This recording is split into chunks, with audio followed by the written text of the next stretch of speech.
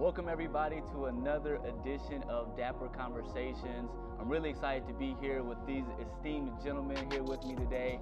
We're here in Los Angeles at the Indochino on Melrose for today's conversation.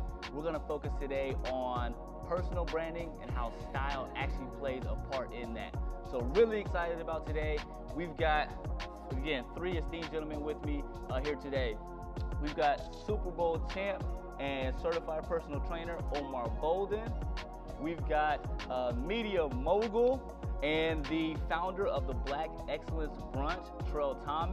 And we've got humanitarian and global entrepreneur in over 40 countries, my man Style Bell, with us here today to talk about this. So thank you everybody for tuning in. Let's get right to it. Now, I introduced y'all a little bit, but you know I'm gonna go ahead and let y'all introduce yourselves. Omar, man, let the people know who you are.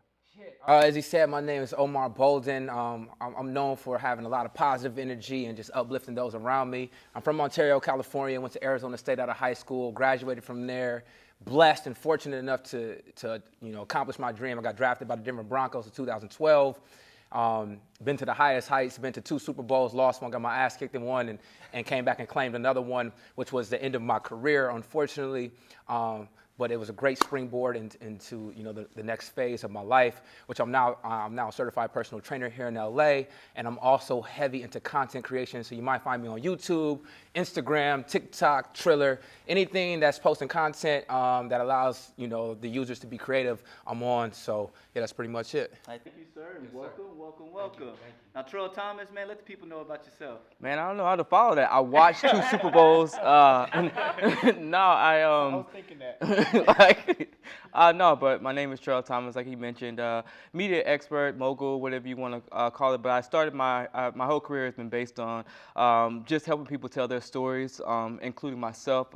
More recently, I founded the Black Excellence Brunch, which is a positive space that brings together black people where we can just authentically be. A lot of the reason why I started these spaces that I started is because the narrative of black people sometimes gets shifted in the media and on social media. And I think instead of just being upset about it all the time, I wanted to do something about it and be the change. So here I am, here we are being the change. So it's nice to meet everybody and nice to be here with you, gentlemen. Yes, sir. Yes, sir. Again, thank you as well. Now, gonna go down to the end here. My guy Style Bell. The man's name is actually Style. Look at his shoes. You know what's funny? So, you think about like having hopes and dreams, right? And I guess for me, I'm the guy that was a professional quitter before. I wanted to be at that level. Like I dreamed about it. I used to run down the street dodging the cars. Like I'm gonna go to the NFL, and then to have the idea of like mogul before your name, like who has that? Like to me, in my opinion, that's almost greater in today's time than doctor, right? And so I'm just a kid that decided like I was tired of losing, right? And so I just started going after something that fulfilled my hopes and my dreams. And in process, I decided I fell in love and became obsessed with helping other people reach their goals and their dreams. And that's me in a nutshell. No, for sure. Well, I appreciate all of you being here. And I'm going to jump right into this conversation about personal branding, right? All three of you guys have done a phenomenal job in your personal branding, right? People know your name, they know you. And they know you for what you do and what you provide and what you put out there into the atmosphere. So I'm gonna start with you, O. What motivates you, or what motivated you to create your personal brand? Sheesh. It kind of happened just like indirectly. As a pro athlete, like you obviously everyone knows you got to go to practice, you got to play in the games, but the things that people don't know about is the talks that you have with the media about protecting the shield. Everything is about protecting the shield. That's what you see, the NFL logo, right? Everything's about protecting the shield and protecting your brand. So they harp so much on, protect the brand, protect the brand, protect the brand, that it almost just became embedded in me, So I on top of that, because I played behind the helmet, I felt like it was extremely important for me to be game tight, right? Because people don't necessarily, it's not like I'm a hooper or play on a baseball field where people can see my face, Right. People have to like take my brand serious. So everything I do is all about, making sure people see me in the right way, right? Because you only get the first impression one time, right? So I think on top of that, you know, I've always wanted people to respect me outside of football. Right. You know, so it's always been a huge, I guess, high on my priority list for me to always represent my brand the right way. So protect your brand at all costs, at all times, making sure. So, you know, for you as you continue to elevate that, I mean, that I can imagine for you that just consistently keeps you going as well, because you're like, look, like, people know me for this, and they got to know the high level that I perform at, right? Yeah. And how that carries over to where every time we do stuff, we kind of always think in mind, like, okay, whatever I put out, everything that I put out has got to be the best that I can. Absolutely. I have a phrase that I live by, is like, how you do anything is how you do everything. Yeah. You know what I'm saying? So, like, you know, I take my job serious on the football field. Yeah. I take my job serious on the football field, so I'm going to take my job serious in creating my brand. I'm going to take my job serious in creating content. I'm going to take my job serious in being a boyfriend and being a brother, you know, a son, all of those things, you know, I'm going to take my job serious in the gym, you know, whether when I'm working out, whether I'm training a client or whether I'm training myself. Everything, how you do anything is how you do everything. Yeah, no, good stuff. And you, right, so kind of piggybacking off of that, protecting your brand at all costs, right? You are protecting black people at all costs. Yeah. That's how I look at Black Excellence Brunch, right? Tell them how you got that started, because I've heard the story, and it's phenomenal as to just how your brain worked in, like, how we can put out something that protects our people. Absolutely. Well, you know, Black Excellence Brunch was really ingrained in me. I grew up in South Carolina. And in South Carolina, the concept of Sunday dinner is a really big thing. And if you don't know about Sunday dinner, it's where you go to church, and you get out of church about 1 or 2 o'clock, and you have Sunday dinner, which we know in our bougie lives is brunch time, right? But there was something that happened at Sunday dinner, right? There was so much love. There was so much affirming of one another. It was just a beautiful scene, and my mother would host them at our house. So it was some of my fondest memories growing up, and I just remember just the love that was shared in that space around our kitchen table. And honestly, I haven't lived in South Carolina in about 15 years, but I've lived in, like, New York City and Washington, D.C., and Portland, Oregon, and now Los Angeles, Atlanta, Georgia. And I started to miss home, and I wanted to recreate that for my friends. And so I did that. I had a brunch at my house, and I called it a Black Excellence Brunch, kind of jokingly. And then when I was getting ready to move to Los Angeles from New York City, I threw a brunch on a rooftop. And I invited all my Black and excellent friends, and I told everybody to wear all white because I love aesthetics. So I just said, wear all white. And I knew that I could get them to do it because I was leaving. They were going to listen to me. And but something happened at that brunch. Literally, all of these beautiful Black people came together in all of their white. And we couldn't get 5 feet without people being like, who are you guys? What do you do? Wanting to take pictures of us. And as I looked around at my friends, I saw people sitting up a little bit taller, smiling a little bit brighter. And I just thought to myself, if I could give all these people this feeling all the time, how amazing would that be? When the world tells us that we're this and we're that, or we're not this or we're not that, just to be in a place where you feel like I am, I can, I will, you know? And so that's what Black Excellence Brunch is. It's a space where you can do and be and just live in a positive world as a Black person. So it's our little world that we're creating that we just want to take everywhere. And you know, from that, I mean, the empowerment, right? I kind of caught that with what you're saying, just how the individuals felt, even at that event, in that short amount of space, the empowerment they got out of that, to where you like, I got to do this. I have to continue to do this because, you know, when we get pushed, we gonna go, right? And so if you're doing that, you're pushing them just a little bit further, and now all of a sudden they're achieving their dreams and they're bringing other people along, and they're more vibrant in their lives based off of that hour and an hour, 2-hour event that you had. So absolutely, definitely love that. Now, Mr. Bell, what you do and how you got there, a lot of people don't know your story and the ups and downs and the difficulties and how I'm just amazed at how you're able to keep your head on straight, right? But not only that, but now, like, I love what you do from the aspect that you now provide that testimony, right? And that testimony kind of comes back to empowering and keeping your brand at the front and at all times respecting that brand because, you know, again, what you do from that perspective, like people feed off of that energy. You talked about the energy you bring all day. People feed off of that energy. Talk a little bit more about why, you decided to actually tell your testimony and what it means for you to keep doing that. Yeah, I think as a black man, like I guess if we had to talk about that, as a black man, it's like the concept of it is being strong and tough and confident, and you show no weakness. And inside of that, like showing no weakness, you falling apart inside, right? You're losing yourself because you might want to cry, but I can't cry, right? You might want to lean on somebody's shoulder, but then you like, man, what they gonna think if I'm leaning on his shoulder, right? Or you might just want to sit down and take a break. And I realized that, and I was like, this is killing me. And I was like, if I feel like I don't want to be here, imagine other people that don't want to feel like the same way. But then I thought to myself, if I say this publicly, it's going to make my family look bad. To say to outside in the public, like, look, I don't feel like I want to be on this planet anymore, is not going to make just me look bad, but my entire existence, my surrounding, And so the moment I said it, I was like, I was teaching a group of people one day, and I said to a young lady, I was like, a whole group of people, I said, man, there's been times in my life where I didn't want to be on this planet no more. And I just felt like this release, like, okay, I don't have to pretend to be strong and confident. Sometimes I feel like I just want to cry. Yeah. And that same day, I got a message from the young lady that was standing in front of me, and she said, you know what's crazy? I said, what is it? She said, I came to your workout, and she said, right after the workout, I was planning on taking my life.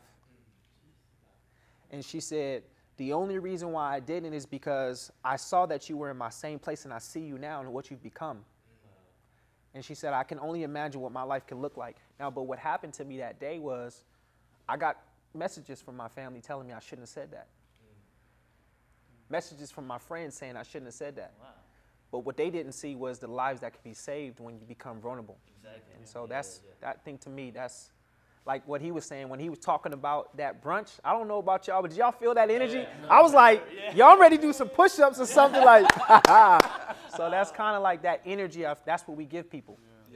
No, absolutely. And what you said in that, again, that really kind of resonated with me.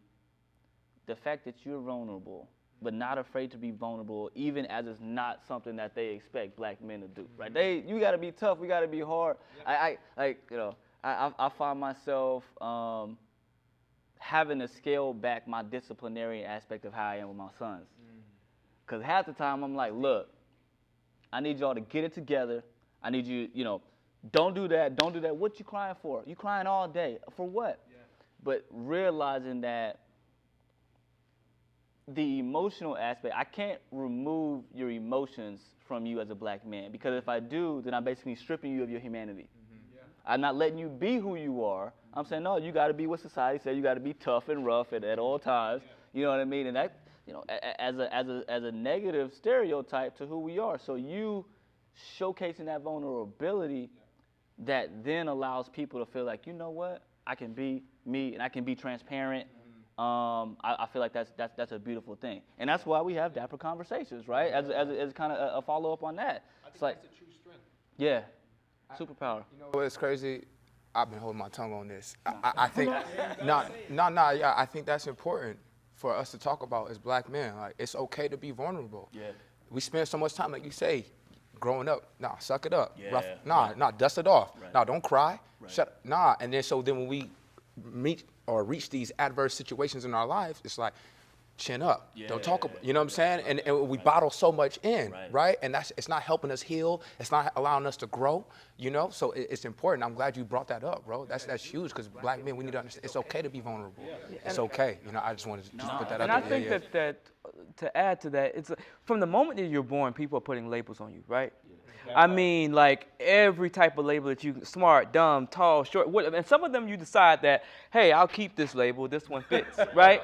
But it's our choice to say, like, you know what? you know, being hard all the time, like that's not a label that I want to have, you know what I mean? And it wasn't until very recently for me, like, and when I say recently, I mean like in the last 2 years, that I realized that I don't have to take on all these identities that other people put on me. And it's up to me to live the life that's for me. And the thing about it and what you mentioned is that the more you become who you really are, the more you fulfill your purpose on this earth. And you like, not only do you shift things within yourself, but you shift the world. Because we're all put here for this larger purpose that's bigger than each and every one of us. And some of it, people often talk to you about becoming something, but nobody talks to you about the unbecoming.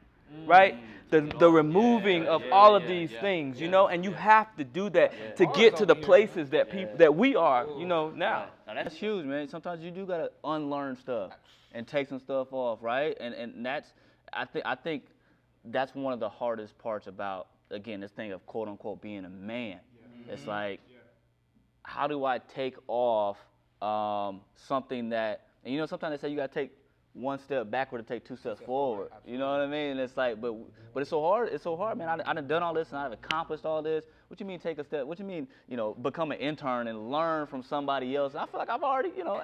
And that's when we gotta let the ego go. Yeah, no, facts. We gotta let the ego go, fam. Like I tell my clients that all the time, yo, check your ego at the door.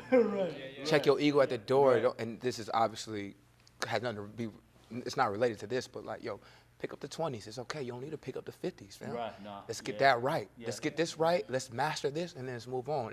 Nobody here watching you. It's just us. It's you versus you, though. Yeah. You know what I'm saying? But that's important. You leave the ego at the door. If men can't let go of the ego, then we're going to run into those problems, you know? I'm going to ask you this, so with that, right, again, kind of, you know, coming back to your personal brand, how do you specifically communicate your value to other people? I show them. I show them what I could bring to the table, whether it could be bringing people together, whether it be my network, whether it be the content that I create. You know, I think there's an enormous amount of value in all of us, right?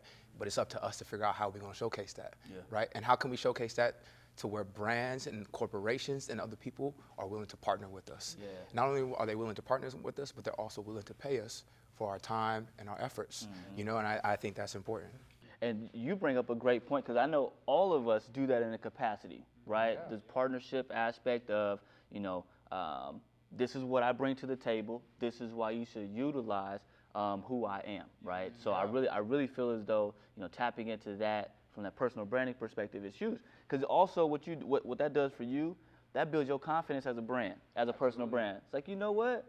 They should want to work with me. Now, how we work together, you know, we can come to a consensus on that. But just knowing and having that confidence of, like, I know what I'm talking about. I know what I'm doing. I know I can bring the people together. I know that people listen to me. I am a true influencer. I'm not just somebody that's, you know, that's just, right. And I bring that value. And I think that comes with experience. You know what I'm saying? It takes time to reach that place where you feel confident enough to where no matter what you do, you know, you feel like people are going to be receptive to it, and even if they aren't, you don't care. Yeah, right. You know what I'm saying? That's another thing too. A lot of us are not doing what we want to do because we care about what other people think. Wow. You know what I'm saying? So that's stopping us. Yo, once you let go of that fear about whatever, man, forget what they talking about. Man, I'm doing this because this is what makes me happy. Right. This is what my passion is, and this is what I know is going to help other people. You know, so realizing your worth. Right? Because, and that's twofold, right? Like, one is just knowing what you're worth, because you walk into a door, if you don't know what your price is, if you don't know what you're worth, somebody is quick to tell you. So that's one thing.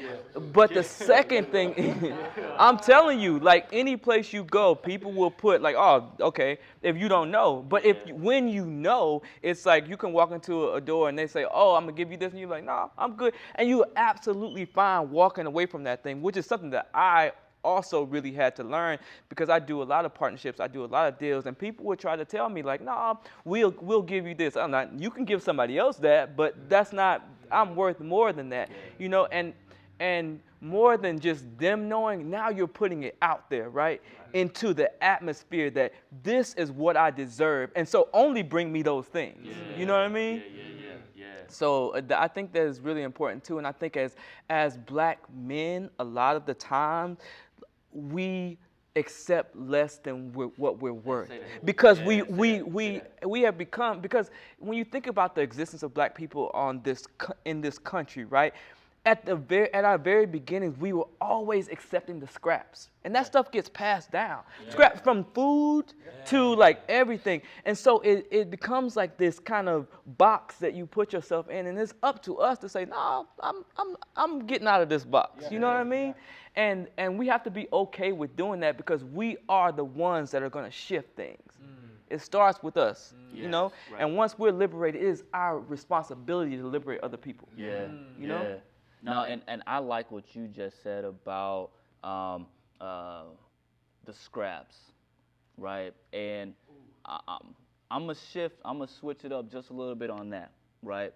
So when we think about the scraps, you think about, okay, something that's not my best, right? It's not.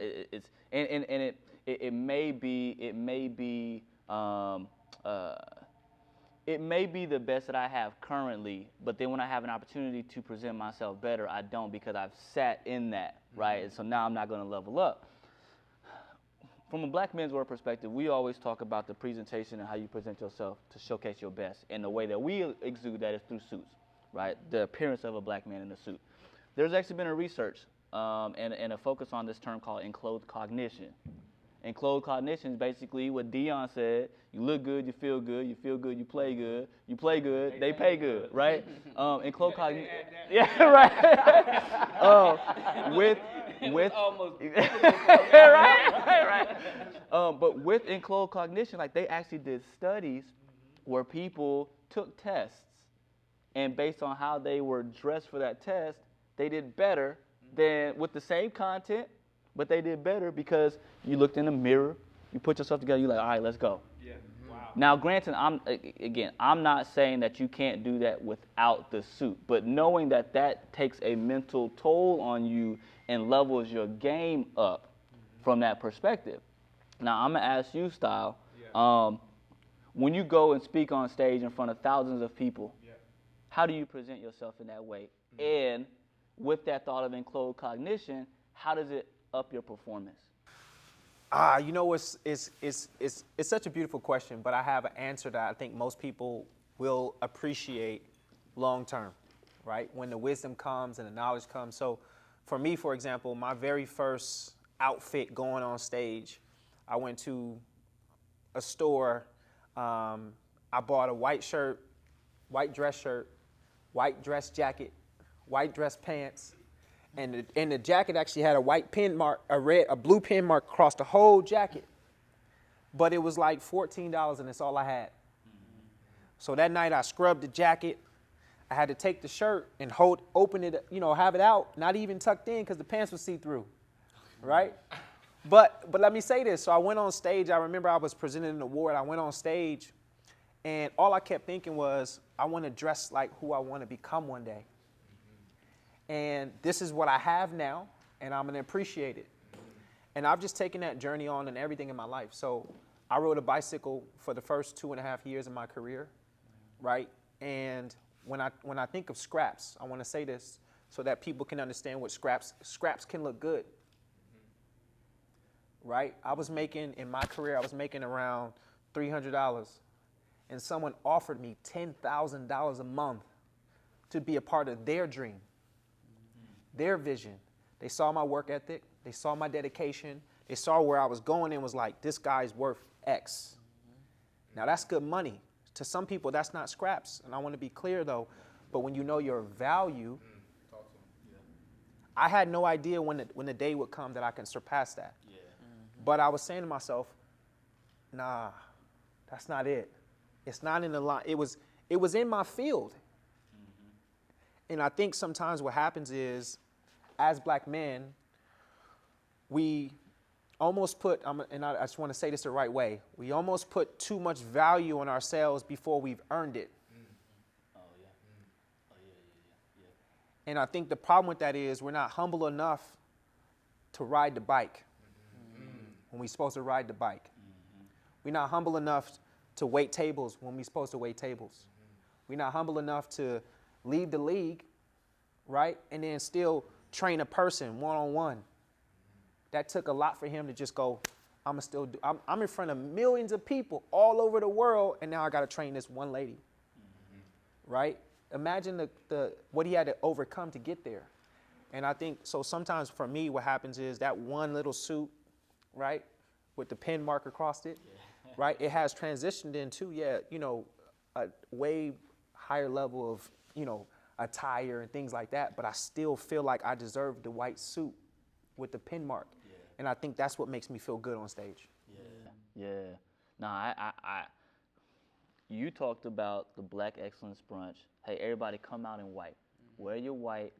What was the reason behind that specific color? It was so many layers to it, honestly. One, I just think melanin is beautiful in white. I think, but two, I was trying to Black make. is good. But I think I was trying to make this like almost like statement of, we can be in spaces. You know what I mean? Like it. You know what I mean? No matter if they're white spaces or not. I was trying to make like this all around statement, and I also wanted the people to carry themselves in a specific way. And I know that sometimes, you go to brunch and you get mimosa but if you're wearing all white, you're going to hold yourself to a certain esteem because you don't want like orange juice all over your stuff. So I also wanted people to carry themselves in a certain way. So He's a thought leader. it was definitely levels to it, but that was it, man. What you said, like once people looked good and they felt that, then they would, do good, right? And I like that, right? I like that you wanted to elevate the total experience based off of what they wore to be a part of that. Like again, man, I just think a lot of people don't focus on that aspect of their brand enough, right? You and I had this conversation, right? We were on the check-in, right? So we were sitting here on the check-in, and you was like, man, I really like the opportunity now because I've been stuck in the house for so long, to where now when I leave, I'm really throwing something on. Like I'm really gonna put clothes on, for sure, right? And just because it now takes me to a point of pride in my appearance, and again, like not saying that. You can't take pride in your appearance if you have joggers and Nikes on. Oh, you can. You can be fresh to death in your joggers and your Nikes. But what is the difference between how you feel in that and how you feel in a suit? I think when you put on a suit, you feel like it's business. Yeah. It's business. It's different. When you put on joggers, a tee, some Nike, some Air Max, it's lax, And it's lax in a couple different ways. It's relaxed and it's lackadaisical. Right, but when you put on a suit, it's game tight, right? And I wanted to mention this. You were saying we were talking about getting the people to come, and I said underneath my breath, just tighten up, right? That when you put on a suit, it make you tighten up. Yeah. Like right, your etiquette, your like everything, the way your posture. Yeah. You'll never see a man in a suit slouch, right? I mean, maybe somebody on Wall Street who lost, who lost everything. He got to go home and tell his wife what happened. You know what I'm saying? He going through it, but. Generally speaking, you know what I'm saying? You put on a suit, men, we walk with confidence. Right. You know what I'm saying? So, I think that's what it is. Confidence is a big thing. Yep. Huge. I think it's everything. Yeah. I think it's everything. Coming from football, right? An industry that's based on performance, right? If you lack confidence, you will not perform. Yeah. It don't matter who you are, who you lined up against, how well you prepare. Yeah. If you lack confidence, all that shit go out the window. Yeah. It's like, man, nothing ever matters. Nothing underneath the lights is the biggest moment. If you don't have the confidence to step up and make the play, you won't make it. No matter how much film study you've done, how much you know that person, how well I could read body language. Shit, even if I heard the damn play. Right. If I don't have the confidence to stick my foot in the ground and make the play, and I'm sorry, I always relate back to sports because that's just who I am. You know what I'm saying? You'll never be that person. You'll never be that star that you want to be. Absolutely. When and hitting on that confidence, Trell, for you, right? And some people know my story. I got my confidence late in high school. Like up until that point, I lacked to a great degree, right? Just because in the crazy, like I look back, I said, bro, you was very intelligent. You know, you didn't need for nothing. You know, what I mean, all these kind of things, but it didn't click to me until that point. Hard to see the picture when you're in it. Nah, very true. Bars. For you, Trell, at what point did you lock in on your confidence to know, you know what? Me doing Black Excellence Brunch one time wasn't a fluke. I'm gonna continue to do this, and knowing that I'm the right person to actually put this on. Yeah, man, my confidence came in periods. I feel like God was like, I can't give it all to him at one time because I know what he'll do. But I think it was levels to it. You know, definitely. I feel I've always been confident in my personality for the most part, like in middle school and high school, and then in college I became a little bit more confident in my intelligence.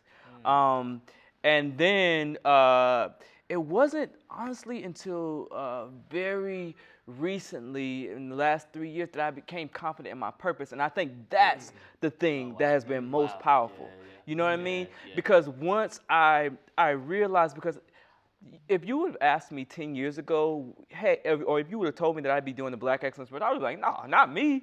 You know what I mean? Like, because I grew up in South Carolina where I was so used to trying to play small, especially when it came to the color of my skin, right? Wow. So I was never that person that was out there like, you know, Black Lives Matter. Like, that was never me. It was just like, okay, let me just be quiet so I don't ruffle any feathers kind of deal.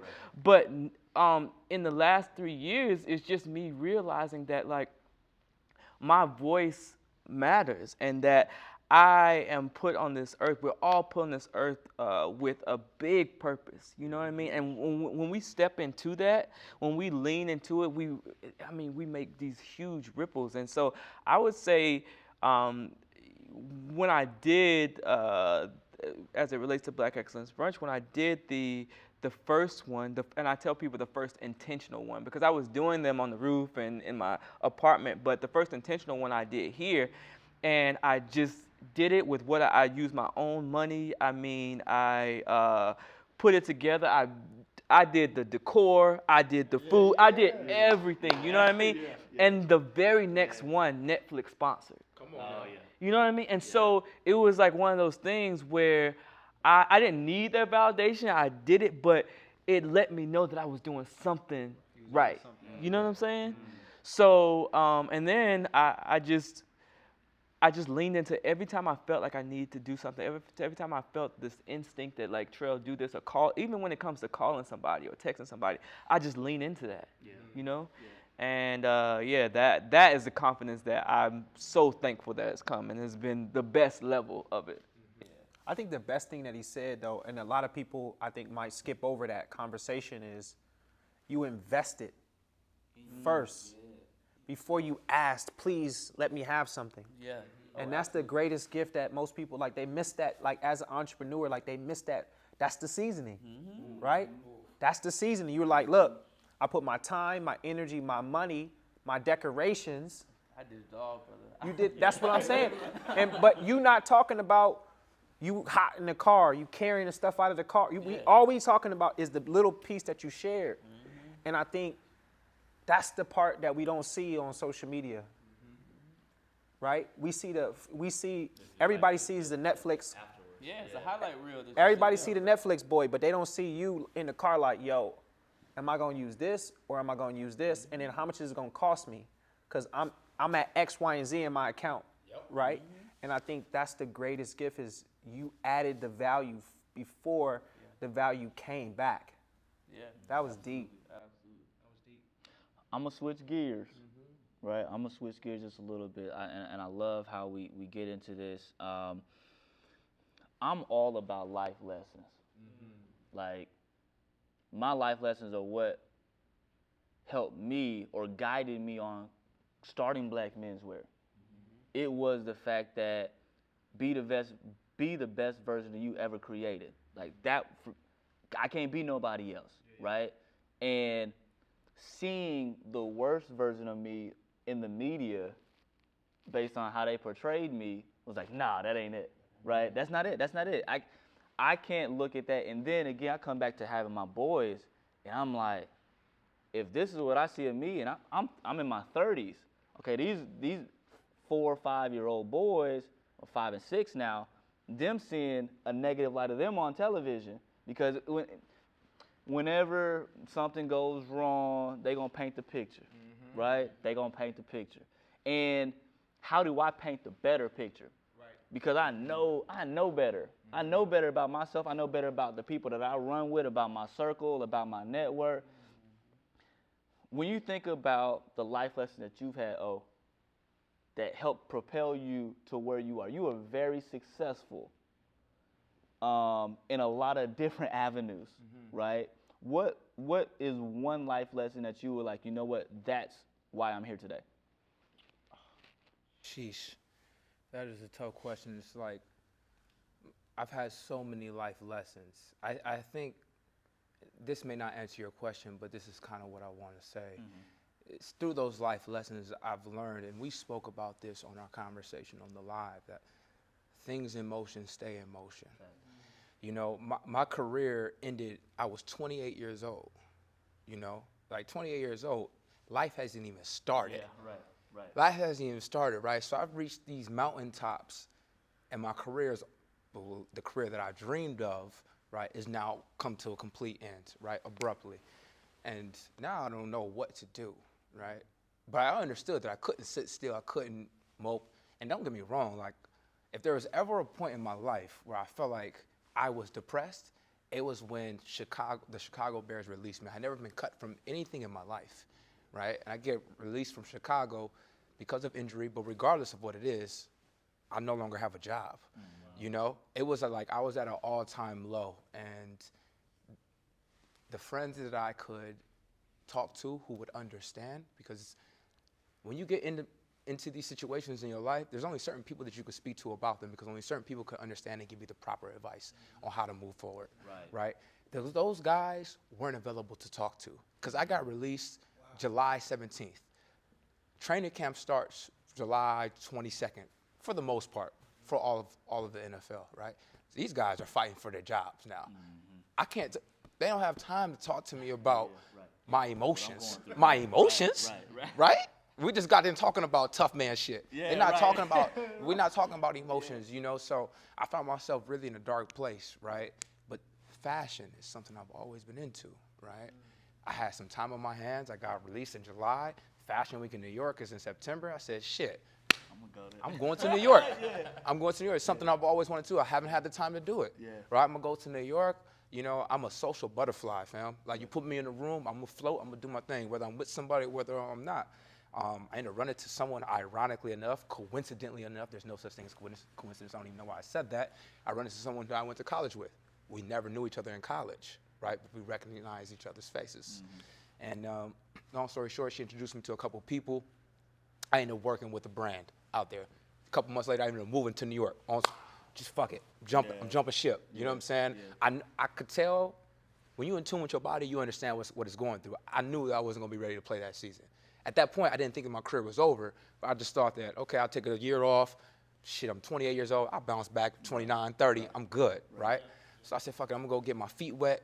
I'm gonna go dive headfirst into some entrepreneurship. I'm gonna work with a startup company, all hands on deck, so I understand exactly what you're talking about. Pulling shit out the car, doing decorations, sending out invitations, social media, all of that, you know. I worked with that brand for 3.5 months, lived in New York, realized that working in fashion wasn't something that I wanted to do. I just like being fly, you know what I'm saying? But it took that experience to understand that. Ended up moving back to LA, diving headfirst into the training, but through the midst of all of that, right, I was able to like just stay moving, right? I stayed connected, I stayed tapping into my network. I think that's the one thing that we don't do enough, right? We go out, we meet people, right? We get each other's numbers, and we don't tap in.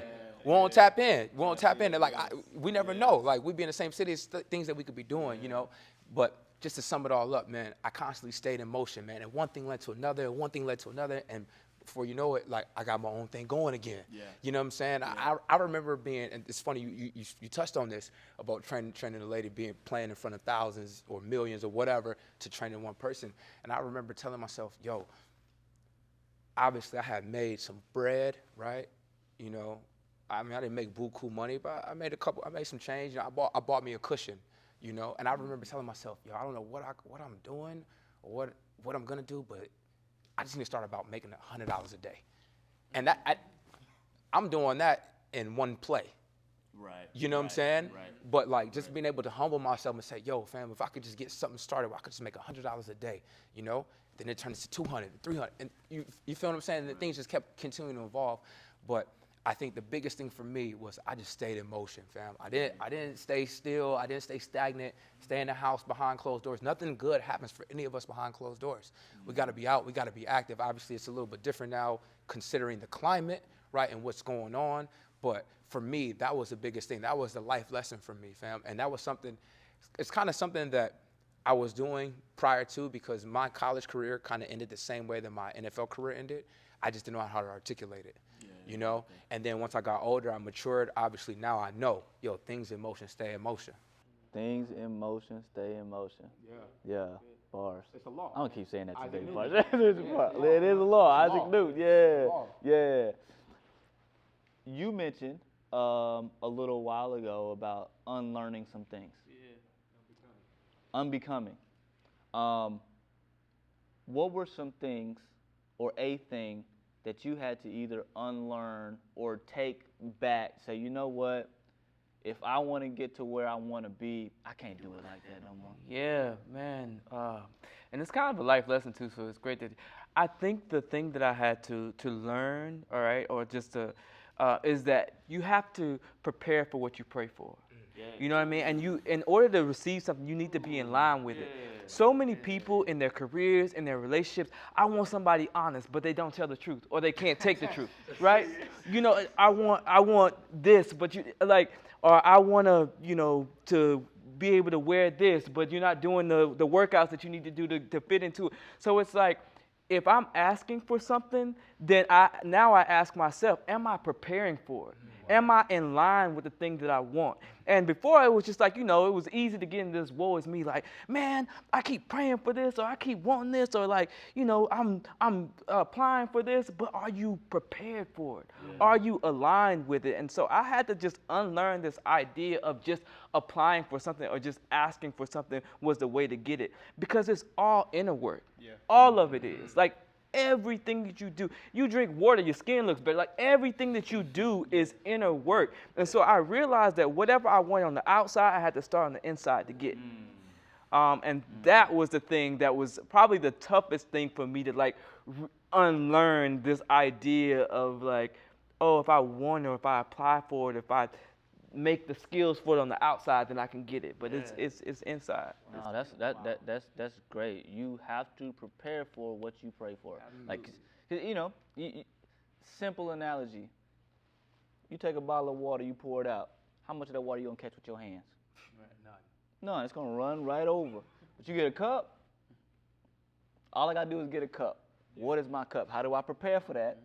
What is my cup? So now I can catch these blessings as they're coming to me, and facilitate them. And you can sustain them. You know what I mean? That's the cup analogy, right? It's like now the water can stay in a place. It's sustainable. I mean, you were getting it, but you weren't keeping it. It was, you know what I mean? Right. So yeah, definitely.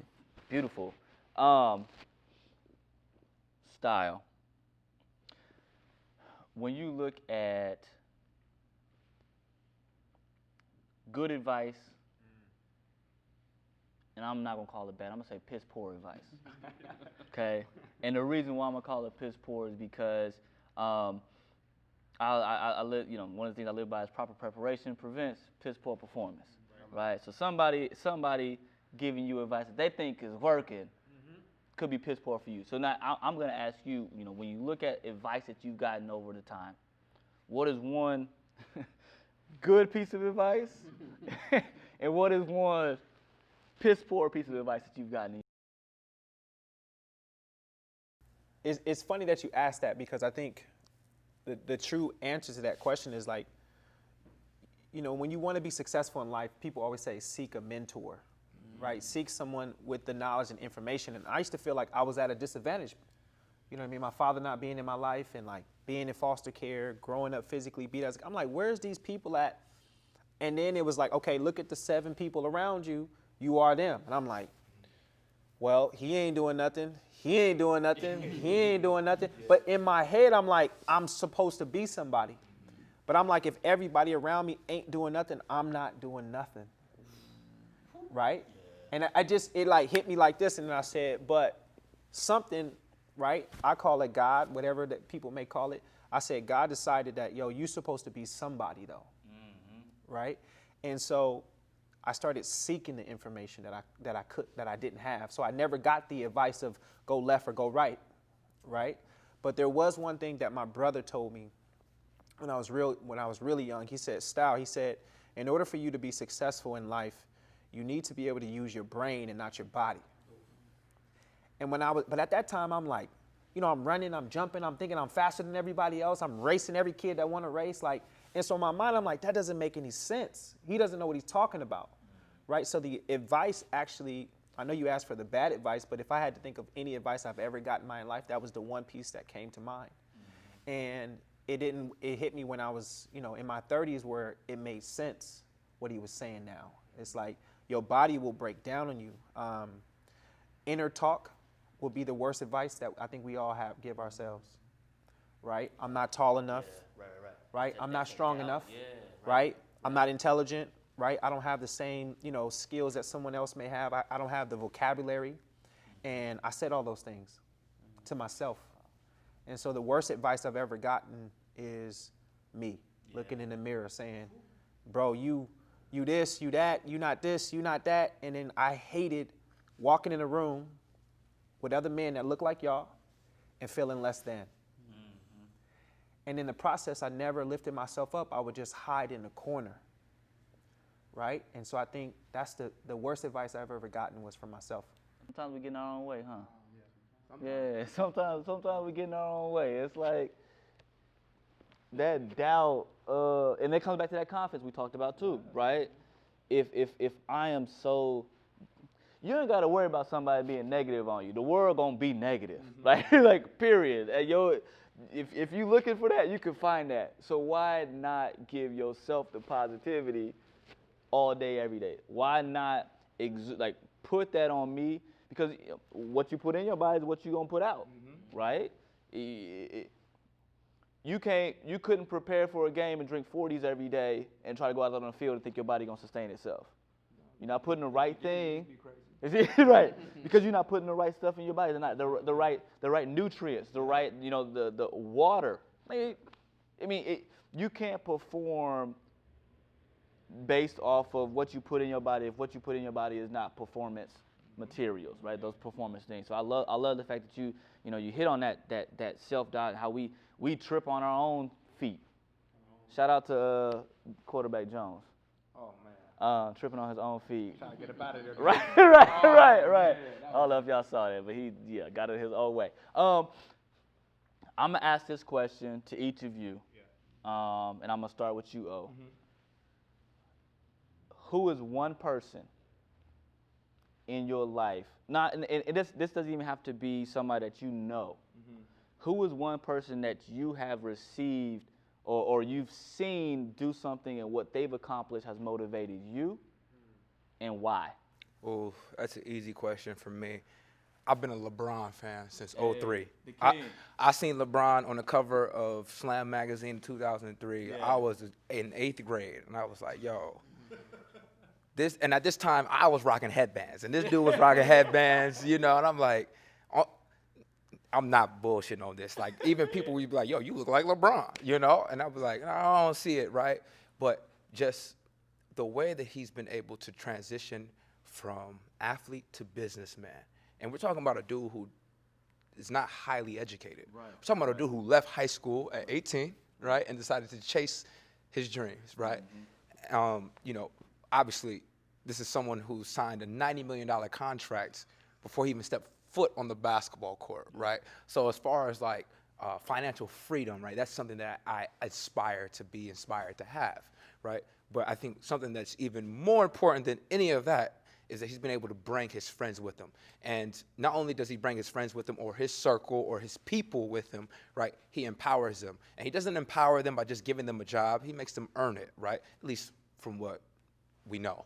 right? From what we know, what we've read about this dude, he's just a stand-up dude, man. And that's something that I want to do and provide for the people around me. I want to provide opportunities. I want to put people in a position to win. I want to empower my own, you know, and like even things that like I love what's going on. I don't know if you guys are hip to what's going on right now, but like the NBA is really upset at LeBron right now because obviously LeBron has an agency called Clutch Sports or Clutch something, and they're not really liking how, you know, they're obviously signing the top. They're thriving. They're thriving right now. They're thriving right now. And a lot of there's some agents throwing salt. You know, there's agents coming out with statements and making them anonymous. You know. Oh, wow. Now we know if you make it anonymous, just be a stand-up dude. Just if that's how you feel. I gotta say this. Let's talk about it. You know, so obviously, you know, especially if it's people of color, men, young black men. You know, LeBron is under 40. That's a young black man, right? We understand. We understand that. It's important, right, for him to carry, not important for him to carry, but it's important that he be that, what's the word I'm looking for? Be the example. Be the example, be the shoulders that people stand on, you know, because not everybody has the opportunity to be in the position that LeBron is in, right? And I think LeBron deserves a lot of credit for bringing those people with him, right? And I harp on this because this is my dude, and I'm a huge fan of who he is, right? Bro, he harped on his people, his team being educated in what they do, right? So, like, before I put you in a position, before I give you a spot, before I put some bread in your pocket, fam, you need to understand what you're doing, fam. Because one thing we can't be out here is looking sloppy. We need to tighten up. True. We need to tighten up, you know, and that's something that I really love. So LeBron, for me, is that answer. It's someone, obviously he's excelled in his sport, right? He's excelling in business, and he's definitely going to excel off the court after his career, you know. And so, and also, too, I got to just say two other names, too. Just someone like Michael Strahan, who's had a seamless transition from sport to entertainment, as well as The Rock. I mean, I think those are two of the. Dwayne Johnson. Yeah, I think Dwayne Johnson and The Rock and Michael Strahan are two of the best to ever transition from sport to entertainment. So seamless and make it look like this is what they meant to do. Yeah. No, absolutely. What about you, Trell? Oh man, I mean, I have to say that, you know, people like Oprah, President Obama, Chadwick Boseman as of recently, but if I had to choose the one, I would say my grandmother, because my grandmother was a sharecropper, and I don't know if everybody knows what that means, but she was one removed from a slave. So my mom, my grandmother, my mom's sisters and brothers, they picked cotton, you know, and like, I just remember growing up and how we would stay with my grandmother all the time and how she was so resilient and so brave and also so gentle and loving and kind and wise. And just, she taught us, even though she had been through all these things, she taught us that you can do anything, you can be anything. And I just, sometimes literally I've been going into job interviews and I'll play back things that my grandmother said to me before I walk through the door. And so I would have to say that my grandmother is that person for me, because I'm standing, I feel like, on her shoulders, and I'm the living, breathing example or proof of her prayers. And so I have to say my grandmother. Yeah. It's funny you say that before I get to you. I know y'all have seen it. There's shirts that says we are our ancestors' wildest dreams. Yeah, absolutely. The fact that we out here, you know, thriving consistently and putting on other people to be able to thrive as well. So thank you for sharing that. It's funny because, like, when he was going to go, I'm like, yo, it's got to be, like, his mom or his grandma. There's no way this guy, like, I can feel your soul sitting next to me, you know? So, and I hate to have two people, but I got two people. And I'm going to say the first one first, and I'm going to say it really short and sweet. But for me, the first one is Nelson Mandela, right? The fact that Mandela digged his own grave, and the people that made him dig the grave stood over him and peed on him. And he invited those people to be a part of when he became the president.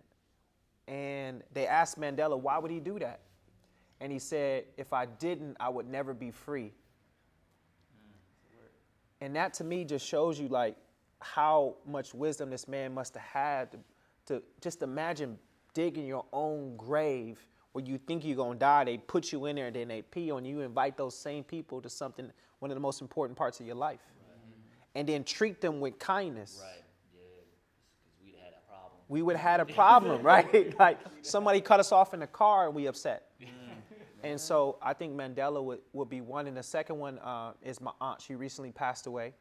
But my aunt, she wasn't warm. She wasn't cuddly, but she was strong and she was confident. And my aunt, this is me getting a little vulnerable with y'all, right? Like when you asked the question, I was sitting there like, yo, I don't want to cry because we live, you know. But at the same time, like my aunt, you know, she's even in her career, she started at the bottom.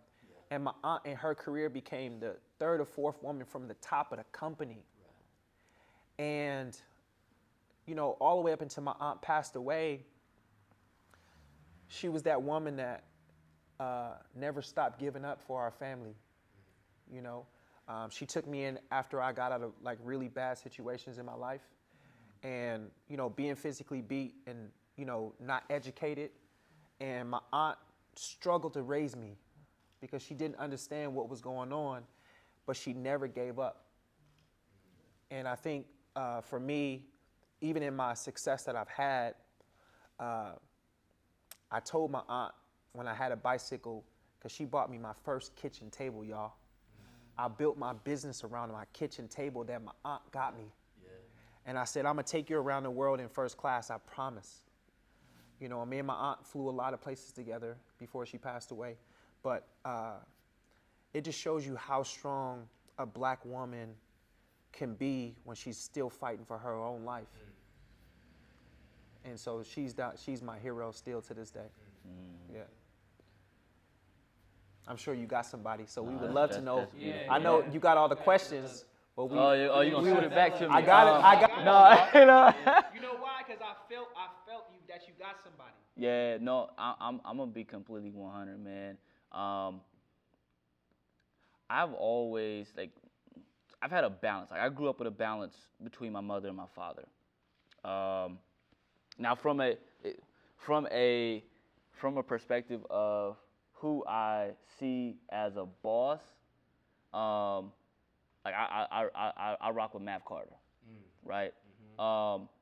Who I've been able to touch and just see how they move, and how two people that are so different from each other can do the yin and the yang, and provide, get a all, and provide for, you know, me and my brother in a way that we ain't have a lot.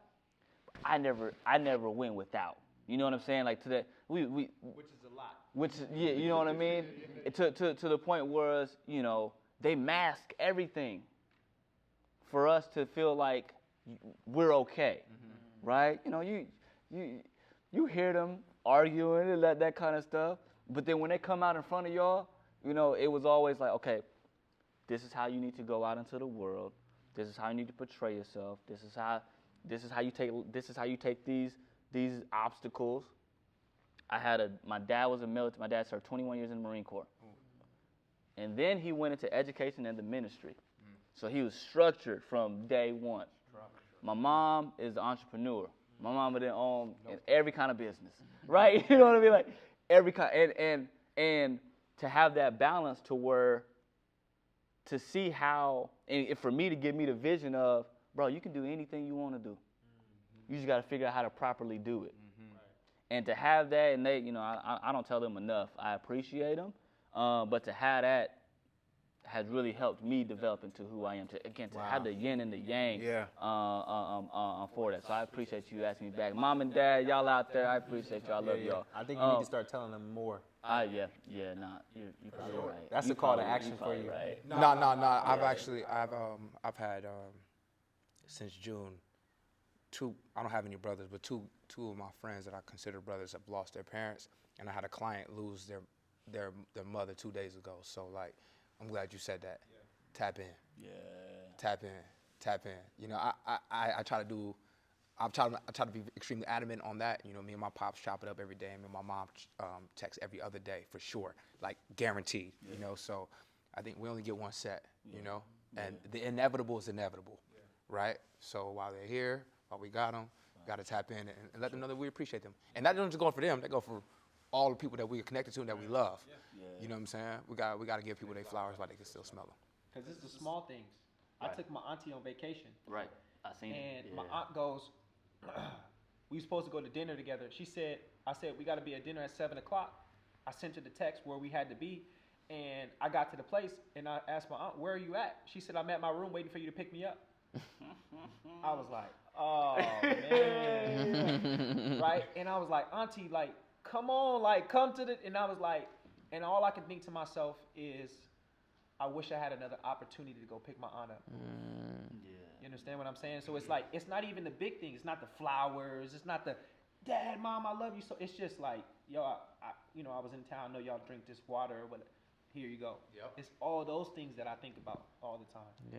Wow. Anyways, now that's powerful. Putting all the pressure on me. I'm like, let me go get over here in the corner and make a phone call. All right. This is the last question. I know we're running out of time. I gotta ask this question because I gotta get a little bit controversial before we get up out of here. So I'm gonna ask this one question real quick before I close. We in Atlanta, LA. Lakers just won a championship. It's lit. They have a brand, a dynasty that has won 17 championships, I believe 16, 17. But when we look back over that time, who is the flyest LA Laker of all time? I'm gonna go out there and I'm gonna just mix it up by saying Swaggy P. The flyest? I mean, you picked the wrong team for that. We're in Atlanta, the Lakers, right? Listen, I seen Magic walk Tyson to the ring in a mink coat. Yeah. All right. So like, I don't know, fam. I might have to go. But guys are a lot more stylish in today's day and age, right? Style is so much more emphasized. Shit, they even got cameras following dudes to the locker room now. That's access we didn't have to those dudes back then. So to be fair, that question only pertains to a certain, I guess, generation, because we didn't really have access to know. So I would say Magic, but as a secondary option, Kuz. Kyle Kuzma? Okay. I think Kuz is fresh as shit. Okay. Yeah. I think Kuz is fresh as shit. Yeah. My boy Evan was like, Kuz can pull it off. I couldn't, but Kuz could put it together. Yeah. I'm just gonna answer before he answers, right? And I'm gonna tell you why I'm gonna answer what I'm answering, because when I think of like style and like how we dress right now, because every one of us got a unique style to us. Like what you choose, like you got the cufflinks, like I don't even know, those look like whatchamacallit cufflinks, the Cartier cufflinks or something, like I don't know, right? But what I'm saying is, right? What's the thing he got right here? What's the ascot? The ascot. Hey, I got two of them and don't even know how to put them on, right? I got the ascot, but it just don't work for me, right? I don't have the chin swag he got, and so he got the turtleneck boy, right? And I love his style, but we in LA, and if you don't say Kobe Bryant, come on, y'all. I'm gonna make it home safe tonight because I said that. Y'all, good luck, right? I don't know. Somebody might see this live and come looking for y'all because you didn't mention Kobe in the white and all white. Kobe Bryant, bro. Have you not seen Kobe Bryant? Kobe's done he in a full suit with his legs up. Like, how is he doing that? Kobe was also pop culture too. Like when you make that shift and that transition. Don't try to steal my person. Go ahead. You stole my person. He went out of order, so it was technically. I've been last the whole show. You really believe that? I believe that. No, I mean, I understand you paying homage. Kobe with the I'm born and raised here. I get it. They gave Kobe the double-breasted with the black basketball, and he still was like, it made it look like he could hoop in that. Yeah, that's true. I like those. Those are the Kobe's. It wasn't like you don't have to. If you think it's Kobe, y'all can be in agreement. I do like Kobe, but I'm gonna say Rick Fox. Y'all not giving my man Rick Fox enough credit. Rick Fox was smooth, man. I didn't think about Rick Fox. Rick Fox was smooth. Hey, See, yo. y'all slept on him. yo. I was going down the Kobe route because I felt the same way that you felt. Yeah. I'm like, but honestly, when I think about Rick Fox, I would say Rick Fox. Rick Fox was He still Yeah, he got was. it, too. Yeah, that's what I was about to say. And he still come up in He here got and be that like, soap opera, like, look, like. No, man, I appreciate each and every one of you for joining me here on today's episode of Dapper Conversations. One thing I do want to say, as we are in this season, make sure you get out and vote. Early voting still goes on until the end of next week, and then you have Super Tuesday after that. So make sure you get out and vote. Please get out and vote. You will vote or get outvoted. So which side of that you want to be on. So please get out and vote. Again, we appreciate Indochino. Again, we're here in the Los Angeles area at the Melrose location here in West Hollywood. So we appreciate Indochino allowing us to have this conversation. I appreciate you, I appreciate you, Trell. I appreciate you, Style, for joining us today, man. And I hope you guys out there have an impact. We all talked about our personal branding today. Create your personal brand. Tap into your personal brand.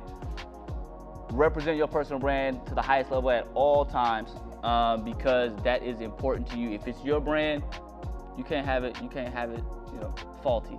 So make sure you tap into that. And again, I appreciate y'all for joining us today, and y'all be blessed out there.